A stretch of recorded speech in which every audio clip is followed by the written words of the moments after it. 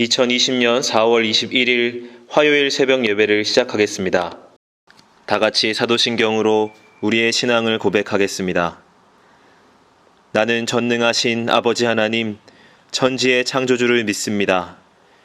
나는 그의 유일하신 아들, 우리 주 예수 그리스도를 믿습니다. 그는 성령으로 잉태되어 동정녀 마리아에게서 나시고 본디오 빌라도에게 고난을 받아 십자가에 못 박혀 죽으시고 장사된 지 사흘 만에 죽은 자 가운데서 다시 살아나셨으며 하늘에 오르시어 전능하신 아버지 하나님 우편에 앉아 계시다가 거기로부터 살아있는 자와 죽은 자를 심판하러 오십니다. 나는 성령을 믿으며 거룩한 공교회와 성도의 교제와 죄를 용서받는 것과 몸의 부활과 영생을 믿습니다. 아멘. 다 함께 찬송가 449장을 부르시겠습니다.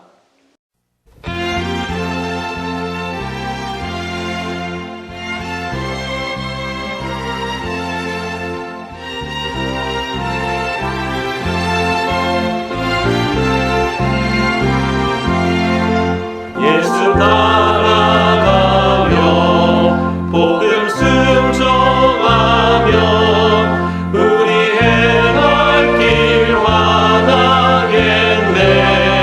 주를 의지하며 순종하는 자를 주가 늘 함께 하시리라. 의지하고 순종하는 길은 예수 안에 즐겁고 복된 길이로다. 해를 당하거나 우리 고생할 때 주가 위로해 주시겠네. 주를 의지하며 순종하는 자를 주가 위해 주시리라. 의지하고 순종하는 길은 예수 안에 즐겁고 복된 길이로다. 남의 짐을 지고 슬픔 위로하면 주가 상급을 주시겠네. 주를 의지하며 순종하는 자를 항상 복 내려 주시리라. 의지하고 순종하는 길은 예수 안에 즐겁고 복된 길이로다.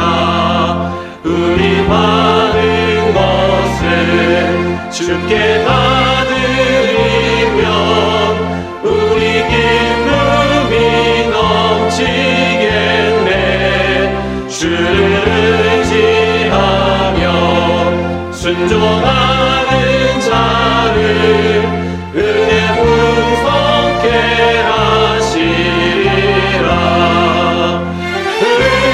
의지하고 순종하는 길은 예수 안에 즐겁고 복된 길이로다. 주를 믿어서 말씀 잘 배우고 주를 모시고 살아가세. 주를 의지하며 항상 순종하며 주가 사랑해 주시리라. 의지하고 순종하는 길은 예수 안에 즐겁고 복된 길이로다.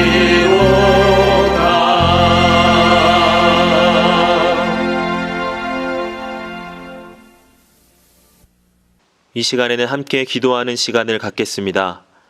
민족의 복음화와 세계 선교를 위하여 우리 교회 3133 비전과 담임 목사님, 부교역자들과 직분자들, 사명자들을 위하여 코로나19로 인해 신음하는 이 민족을 긍휼히 여겨주시고 속히 치유하여 주시도록 우리 교회 교우들의 가정과 직장과 사업장을 붙드시고 환우들을 치유하시도록 이 시간 함께 기도하도록 하겠습니다.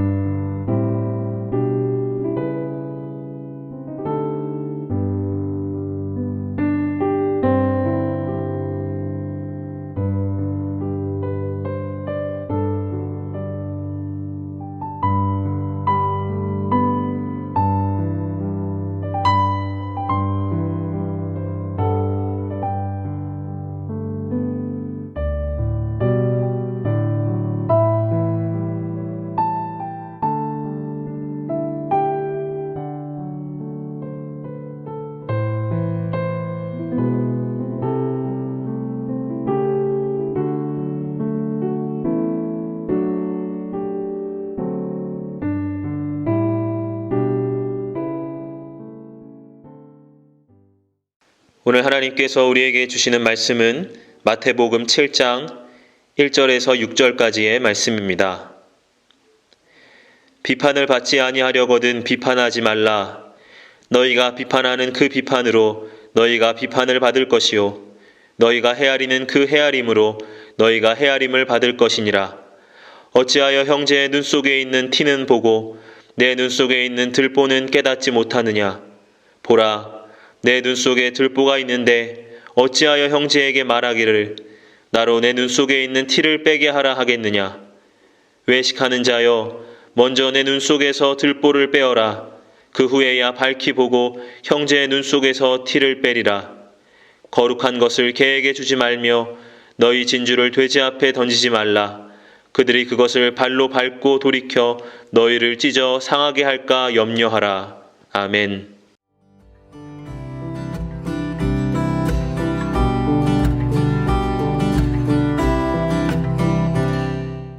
탈무드에는 어떤 이야기가 적혀 있느냐라고 하면 남을 비판하는 것은 살인보다 더 위험한 일이다 이렇게 적혀 있습니다.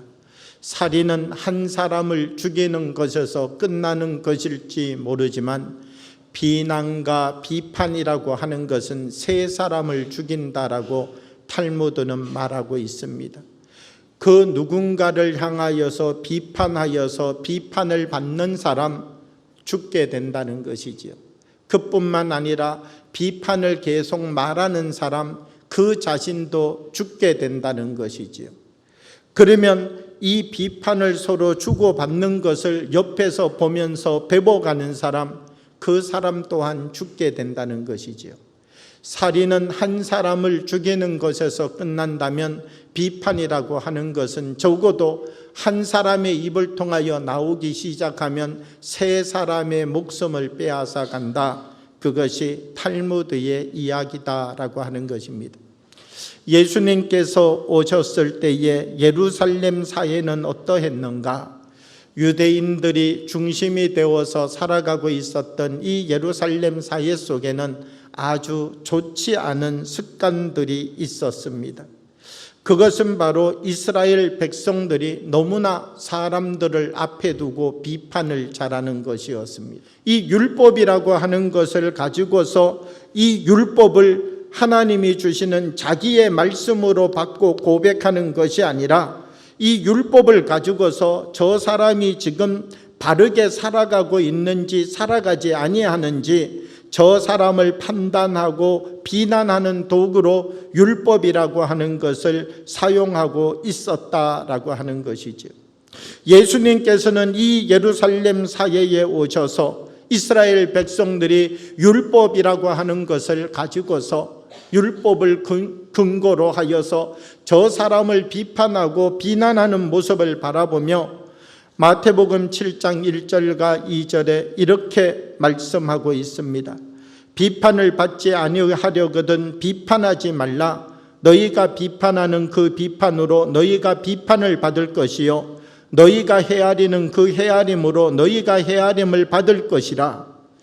예수님께서 이스라엘 백성들에게 오셔서 너희가 비판을 중지해라, 서로 비판하지를 말아라, 이렇게 말씀하였다는 것입니다. 그럼 우리는 잘못된 것을 보고도 무조건 감싸고 덮어주어야 한단 말입니까? 그렇지 않습니다. 똑같은 말을 하더라도 죽으라고 말하는 것이 아니라 살리려고 말하는 사람이 되어야 된다는 것이지요. 예수님께서 계실 때에 사람들이 한 여인을 데리고 왔습니다. 예수님께 와서 이야기하기를, 예수님, 이 여인이 현장에서 간음을 하고 있었는데 우리가 그 자리에서 붙잡았습니다. 이 여인을 현장에서 붙잡아 왔습니다. 이 여인을 어떻게 해야 되겠습니까? 예수님은 이 여인을 앞에 두고 한참 동안 땅만 바라보시면서 땅에 그 무엇인가 글씨를 쓰시다가 그들을 잡아왔던 사람들을 향하여 이야기를 했습니다. 너희 중에 죄 없는 자가 먼저 돌로 쳐라. 여기에 현장에서 죄를 저지른 여인을 붙잡아 왔는데 너희들이 이 여인을 향하여서 심판하기를 원하는데 너희들 중에서 죄 없는 사람이 먼저 돌로 이 여인을 쳐라. 예수님께서 말씀하였다라고 하는 것입니다. 예수님은 여기에서 분명하게 율법의 진정한 정신을 말씀하고 있다라고 하는 것입니다. 율법의 정신은 죽이는 것이 목적이 아니라 살리는 것이 바로 율법의 정신이다라고 하는 것입니다. 율법의 참된 정신은 저 사람이 죄를 짓는 모습을 바라보면서 나의 약함을 발견하고 나의 부족함을 발견하고 자기를 먼저 되돌아보면서 자기 스스로 죄악 속에 빠지지 아니하도록 자기를 지켜가는 사람이 되라고 율법을 그들에게 허락하여 주었다라고 하는 것이지요. 사랑하는 여러분, 우리도 삶을 살아가며 우리가 어디를 먼저 보아야 될 것인가? 무엇을 먼저 보아야 될 것인가? 우리 자신을 먼저 바라보며 삶을 살아가는 은혜가 우리의 삶 가운데도 임하기를 원합니다. 주신 말씀을 생각하며 잠시 묵상으로 기도하겠습니다.